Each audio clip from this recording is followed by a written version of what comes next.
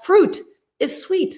We don't need to add things to sweeten fruit. Like people put sugar on top of their berries. No, berries have their own level of sweetness to it. But when you have hijacked that system for so long, you don't perceive the sweetness of things initially.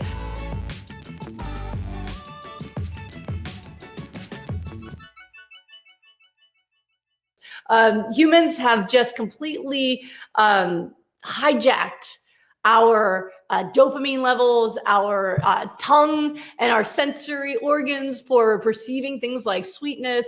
And we've turned our food into drugs that are getting us high. So we have to break the addiction. So you don't need sweeteners in things. Things have their own flavor. Even tea has a flavor to it that you can learn to enjoy once you stop trying to add sugar to light up those pathways for yourself. Fruit is sweet.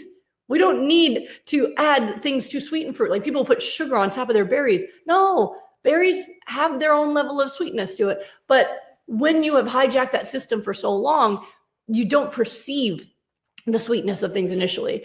I remember one of the first things that happened to me after I switched my diet was after a couple months, I realized that even greens like broccoli had sweetness to them. What? They do. You start to actually taste the subtleties and nuances of the foods that you couldn't taste before because of so much of the crap that we put on there that actually disguises the flavors. So in the first month or so, things might not feel like they have much flavor. You don't really get that much excitement from them because you're used to being completely, drugged by them. Same with oils and fats. People are constantly asking me how to replace butter. I remember when I first gave it up, I was obsessed with that too. What do you put on your Ezekiel bread if you can't have butter? Well, avocado is a great fat if you're looking for fat to put on things. But now I don't even think that way. Like, why would you put grease on a potato? Why would you put grease on corn? But oil is another way that we activate those hormones or those neurotransmitters. We get this high, but it disguises the actual food. So it really is a revolution in not only your health, but in your addictions and even in things like taste when you change your diet. And you have to be aware and okay with the idea that initially things might not have that much flavor for you.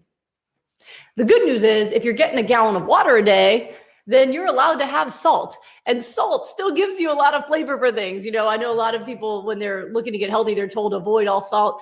I do not see anyone who needs to get rid of salt on my programs, but it's because they're so hydrated. And actually, if you are getting that much water a day, you do need some salt. Now, if you're under 128 pounds, go aim for like an ounce per pound of your body weight. Okay, don't go for the full gallon. But for most of us that are above that weight, we can do that gallon of water and be perfectly fine. But if you are having that high level of hydration, you can get that 3/4 teaspoon of salt in that gives you your iodine and gives you that flavor that you still need for your food while you're trying to make the adjustment.